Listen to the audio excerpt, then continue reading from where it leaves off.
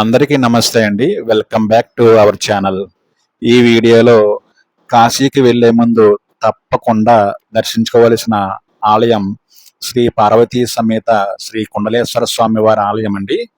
ఈ ఆలయం ఎక్కడ ఉంది, ఎలా వెళ్ళాలి అనేది ఈ వీడియోలో చూద్దామండి. ముందుగా నా వీడియో ఎవరన్నా కొత్త వాళ్ళు చూసినట్లయితే లైక్ చేయండి, షేర్ చేయండి, సబ్స్క్రైబ్ చేయండి. పదండి వీడియోలోకి వెళ్దాం. ఈ ఆలయం ఎక్కడ ఉందంటే కాకినాడకి 50 కిలోమీటర్ల దూరంలోను, అదేవిధంగా అమలాపురానికి 24 కిలోమీటర్ల దూరంలోను ఈ కుండలేశ్వర స్వామివారి ఆలయం అయితే ఉందండి. ఇక్కడ ప్రవహించే నది శ్రీ వృద్ధ గౌతమి నది అండి. కాశీలో గంగ స్నానం చేసి స్వామివారిని దర్శించుకుంటే ఎంతటి ప్రతిఫలం కలుగుతుందో ఈ కుండలేశ్వర గ్రామంలో ఈ వృద్ధ గౌతమి నదిలో స్నానం చేసి ఇక్కడున్న స్వామివారిని దర్శించుకుంటే అంతటి సమానమైన ప్రతిఫలం కలుగుతుందని మార్కండేయ పురాణంలో ఉందని ఇక్కడ అర్చకులు అయితే చెప్తున్నారండి. కాశీకి వెళ్ళి కాశీలో గంగ స్నానం చేసి స్వామివారిని దర్శించుకుంటే ఎంతటి ప్రతిఫలం కలుగుతుందో అదేవిధంగా ఈ కుండలేశ్వర గ్రామంలో ఉన్న ఈ వృద్ధ గౌతమి నదిలో స్నానం చేసి ఇక్కడున్న స్వామివారిని దర్శించుకుంటే అంతటి ప్రతిఫలం కలుగుతుందని కాశీఖండంలో ఉందని ఇక్కడున్న పురోహితులు అయితే చెప్తున్నారండి. ఇప్పుడు మీరు చూస్తున్న ప్రాంతం అంతా కూడా వృద్ధ గౌతమి నది ప్రాంతం అండి. ఇప్పుడు ఏ విధంగా ఉందో మీరు కూడా చూడండి.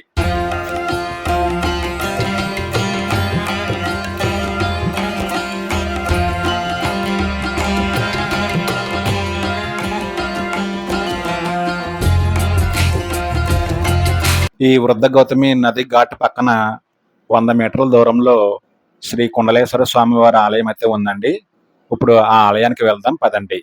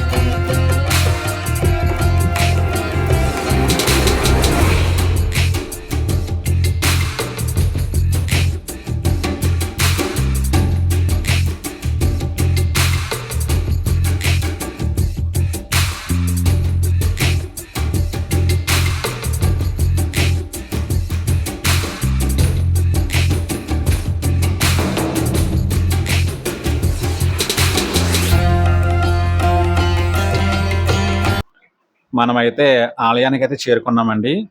ఇదే శ్రీ పార్వతీ సమేత కుండలేశ్వర స్వామివారి ఆలయం అండి. ఈ ఆలయం యొక్క క్షేత్ర పాలకులు శ్రీ వేణుగోపాల స్వామి వారండి. ఈ ఆలయం పక్కనే ఒక చిన్న ఆలయం ఉంటుంది. ఇప్పుడు ఈ ఆలయం ఏ విధంగా ఉందో మీరు కూడా చూడండి.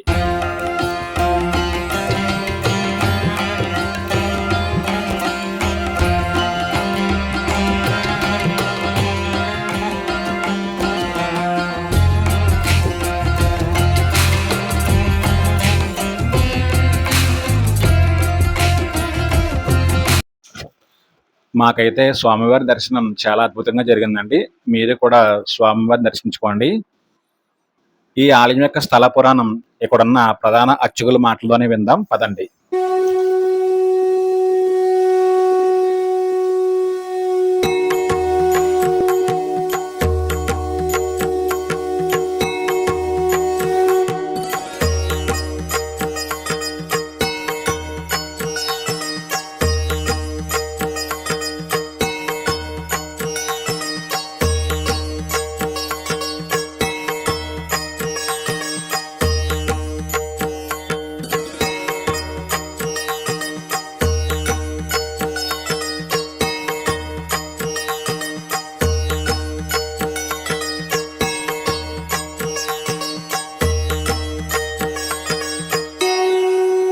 శ్రీ మహాగణాధిపతే నమః. శ్రీ గురుభ్యో నమః. ఓం.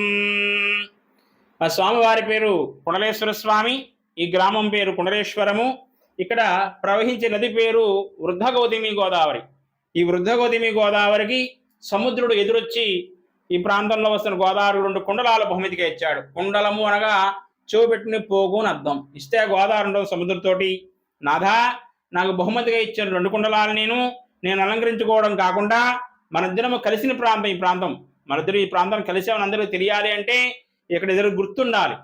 లోక కళ్యాణార్థమై మానవులు పూజ చేసుకోవడం కోసం ఒక కుండలాన్ని నది ఒడ్డున, 2వ కుండలాన్ని దేవతలు పూజ చేసుకోవడం కోసం నదీ గర్భంలో ప్రతిష్ఠ చేయమని కోరాడు ఆ వృద్ధ గౌతముని గోదావరి. ఆ విధంగా వృద్ధ గౌతముడు ఒకటి మానవుల కోసం వడ్డీ ప్రతిష్ఠ చేశాడండి. చాలా చోట్ల లింగాలు గుండ్రంగా ఉంటాయి. ఇక్కడ లింగాకారం చూడండి, ఈ పక్క పల్లంగా ఉండి మైంగలా గోడుగా ఉంది. ఇది రింగ్ అన్నమాట, చూపెట్టిన రింగు. కుండలము, కుండలేశ్వరుడు కుండలాకారంలో ఉన్నాడు కనుక కుండలేశ్వర స్వామి. ఒకటి నది ఒడ్డున, 2వది నదీ గర్భంలో ప్రతిష్ఠ చేసిన తర్వాత నదిలో స్నానం చేశాడు ఆ వృద్ధ గౌతముడు. స్నానం చేయగా ఆయన వృద్ధాప్యం పోయి యవ్వనం వచ్చింది. ఈ క్షేత్ర మహత్యం ఏమిటా అంటే వృద్ధులు కూడా, ముసలవాళ్ళు కూడా ఈ క్షేత్రంలో స్నానం చేయడం వల్ల యవ్వనం వస్తుంది అనేది కుండలేశ్వర క్షేత్ర మహత్యం. ఇది గౌతమి గ్రంథంలో 103వ అధ్యాయంలో 15వ శ్లోకంలో చెప్పబడుతోంది. అంతేకాకుండా బ్రహ్మాండ పురాణం తెలియజేస్తోంది. బ్రహ్మదేవుని అడిగేటువంటి నారదుడు, తండ్రి గారు ఈ భూమండలం మీద చాలా పుణ్యక్షేత్రాలు ఉన్నాయి, నదీ తీర ప్రాంతంలో అనగా నది ఒడ్డున ఏమైనా క్షేత్రం ఉంటే చెప్పండి, ఆ స్వామిని దర్శనం చేసుకుని వస్తాడు గట్ట నారద మహర్షి. అప్పుడు బ్రహ్మదేవుడి కుండలేశ్వర క్షేత్రం గురించి విధంగా చెప్తున్నాడు. అనంతం కుండలాపలం. ఈ కుండలేశ్వర క్షేత్రంలో స్నానం చేసి స్వామివారిని దర్శనం చేసుకుంటే అనంతం, ఈ అనంత విశ్వం ఎంతవతే ఉందో అంతట ఫలితం వస్తుంది అని చెప్తున్నాడు. ఇంత అని వర్ణించడానికి సరిపోనంత, అనగా కోటి రెట్టు ఫలితం వస్తుంది అని చెప్పగా నారదుడు వచ్చి నదిలో స్నానం చేసి నదిలో ఉన్న కుండలేశ్వర స్వామి అభిషేకం చేసుకుని మళ్ళా పైకి వచ్చి ఈ స్వామిని కూడా పూజ చేస్తున్నాడు అని చెప్పి మనకు బ్రహ్మాండ పురాణం తెలియజేస్తోంది. ఇవన్నీ కూడా పురాణాలు. మానవులెవ్వరూ కూడా ఈ ప్రాంతంలో సంచరించక ముందు జరిగిన విషయాలు. మానవులు ఎవరైనా సంచరించే టైంలో ఈ క్షేత్రానికి విశేషాలు ఉన్నాయా? ఏదైనా డౌట్స్ ఉంటే కామెంట్ చేయండి, మీ కామెంట్ రూపంలో మేము రిప్లై ఇస్తాను. అంతవరకు ఓం కుండలేశ్వర స్వామి అయ్య నమః.